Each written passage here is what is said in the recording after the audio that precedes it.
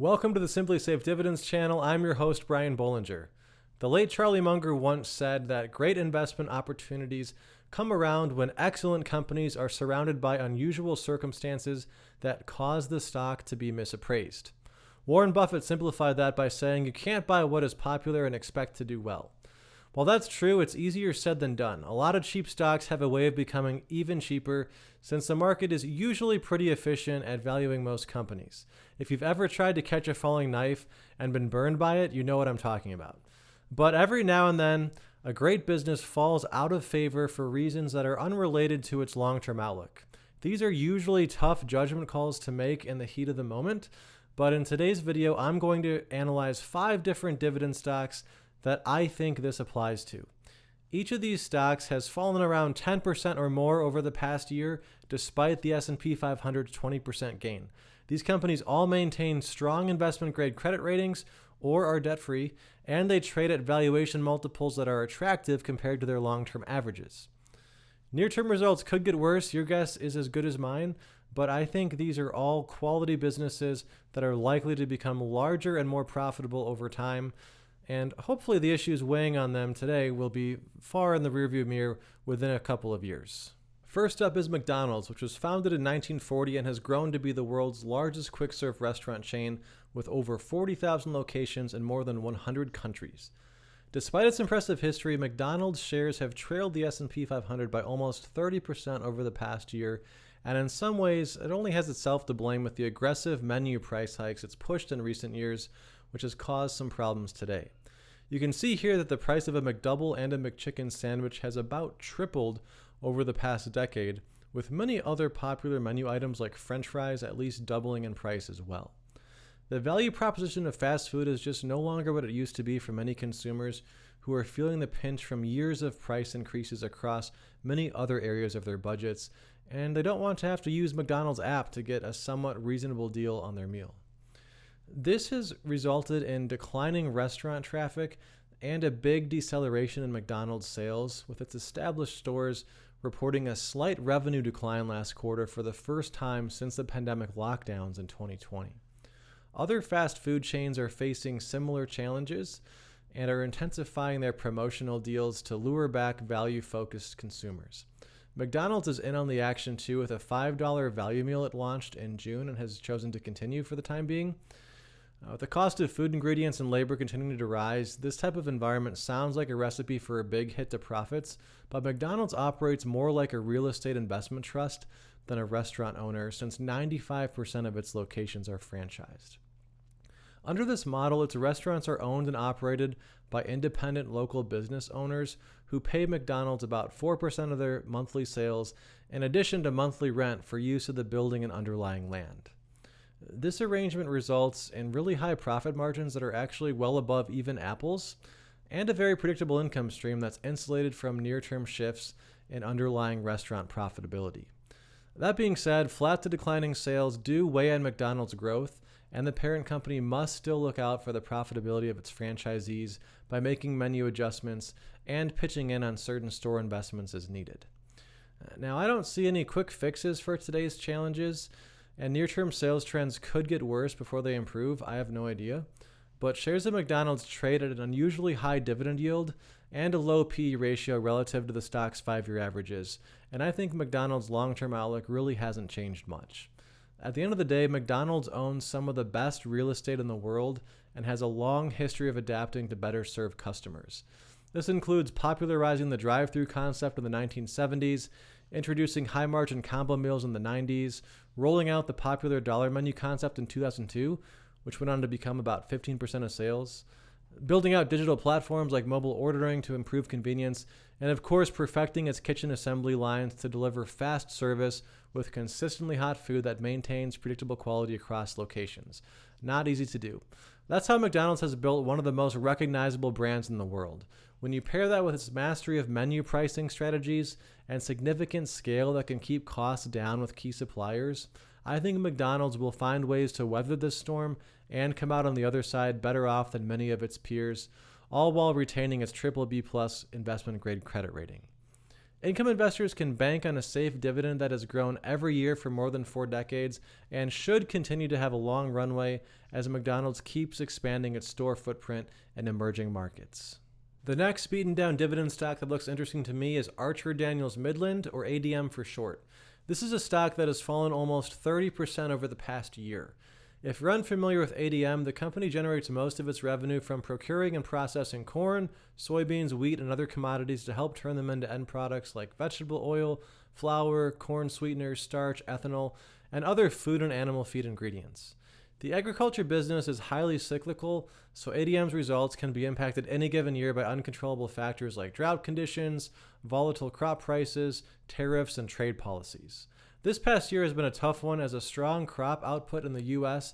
and in key production countries like Brazil and Argentina has sent corn, wheat, and soybean prices down double digits after they enjoyed strong pricing coming out of the pandemic. Lower crop prices and more competition to serve these larger harvests have weighed on ADM's revenue and pressured margins, which have also been hurt by higher transportation and logistics costs. Now, these headwinds aren't really anything new for a company that's operated in agricultural markets since its founding nearly 125 years ago, and I don't really worry about them impacting ADM's long-term outlook, in part because the company's assets are so hard to replicate. ADM owns one of America's largest grain terminals and shipping networks, in addition to hundreds of processing plants and storage facilities worldwide. The company also has thousands of rail cars, barges, and semi-trailers that are all important to its business. These assets allow ADM to often be the lowest cost and fastest provider of its commodities and processed products to customers' facilities. However, investors have also worried about an accounting issue that the company disclosed earlier this year. Essentially, ADM warned that an investigation was underway at one of its smaller business units that may have goofed up with classifying some of its sales. While this has caused some headaches, including a loss of investor trust and a developing shareholder class action lawsuit, this appears to be a pretty limited issue that won't impact the company's overall financial performance. At the end of the day, shares of ADM trade at an attractive valuation compared to their historical norm, and I think income investors can take comfort in the firm's A credit rating and nearly 50 straight years of dividend increases, including an 11% raise, which was announced not long after the accounting scandal was unveiled earlier this year. Speaking of scandals, Toronto Dominion Bank is down around 10% this year after coming under fire in May when revelations emerged about the company's role in a money laundering scheme involving illegal drug sales in the U.S. Canada's second largest bank has already set aside over $400 million to pay penalties that are likely to be levied soon by U.S. government agencies, but investors are worried that the firm could end up facing much higher fines as regulators continue their investigation.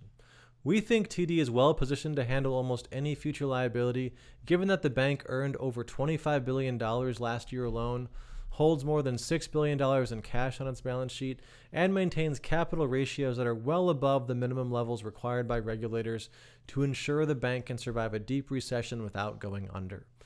The bigger concern is whether U.S. regulators will cap the bank's asset growth, which would limit its ability to make more loans, and the company could face restrictions on making future acquisitions, which have played a big role in its U.S. expansion. These restrictions, if they happened, would presumably stay in place until TD demonstrates better controls over its risk management practices. The U.S. is the bank's big growth driver and accounted for roughly 40% of TD's net income in 2023, so this would be at least a medium-term setback if it happens. But it's tough to predict what will happen here, since TD's challenges don't seem as systemic as the scandals that haunted Wells Fargo for many years. For example, it's hard to imagine that money laundering activities were a major driver of TD's organic growth in the U.S., whereas Wells Fargo's fake account scandal played a key role in its overall numbers and greatly upset many of its customers. While the Justice Department's investigation will eventually provide more clarity, I'd bet that TD will remain one of the most conservative choices amongst Canadian banks, given its leadership positions in most retail products, its large base of low-cost deposits, which have remained pretty steady during this turbulent time, and the firm's AA- credit rating, which is one of the highest ratings among major banks. All of these factors have helped TD maintain a stable or rising dividend every year since 1857. Coupled with a generous yield near 5%, TD could be an interesting choice for investors who are comfortable with this uncertainty. Robert Half faces near-term uncertainty as well and has seen its stock price slump 15% over the past year as the staffing company has contended with a cooling labor market and post-pandemic shifts in employee turnover. This has resulted in shares offering a dividend yield of 3.4%, which isn't far below the yield Robert Half had during the depths of the pandemic. While some income investors might want a higher headline yield, Robert Half has routinely grown its dividend at a double-digit clip over time, including a 10% raise in February, so the stock's dividend income really snowballs over time.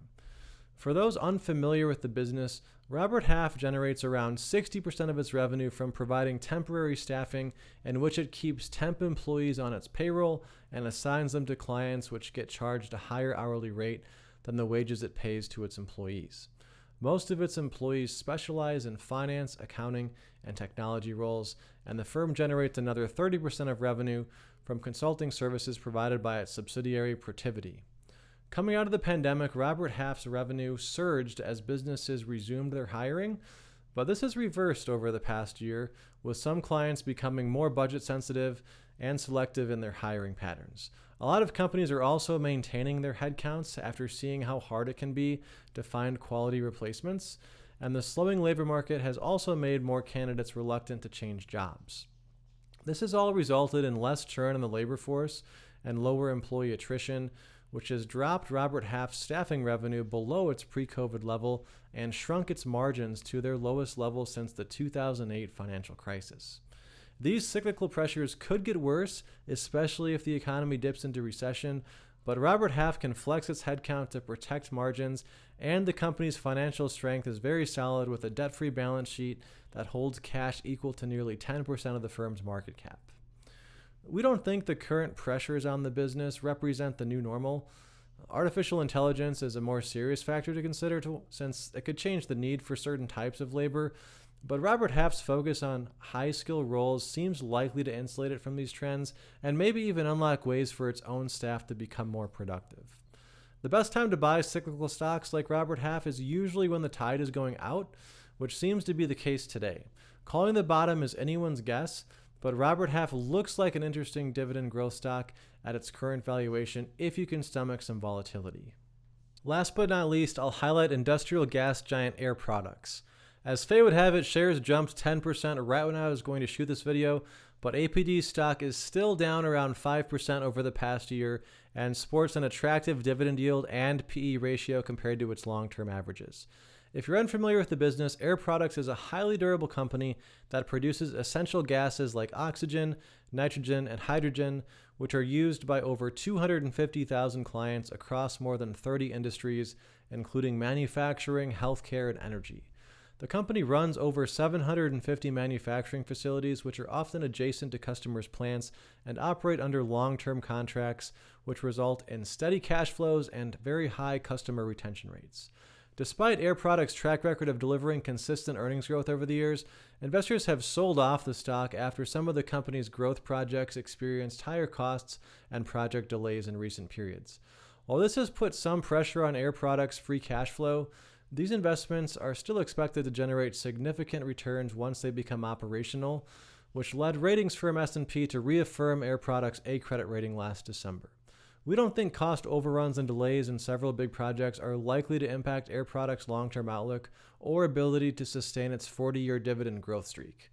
While dividend raises could remain muted the next couple of years, this business has potential to deliver very strong earnings growth in the long run and could benefit from the world's transition to cleaner energy by producing and supplying green hydrogen, which can replace fossil fuels, and saw a nice win recently when Air Products signed a 15-year contract with Total Energies to decarbonize the French oil majors' refineries.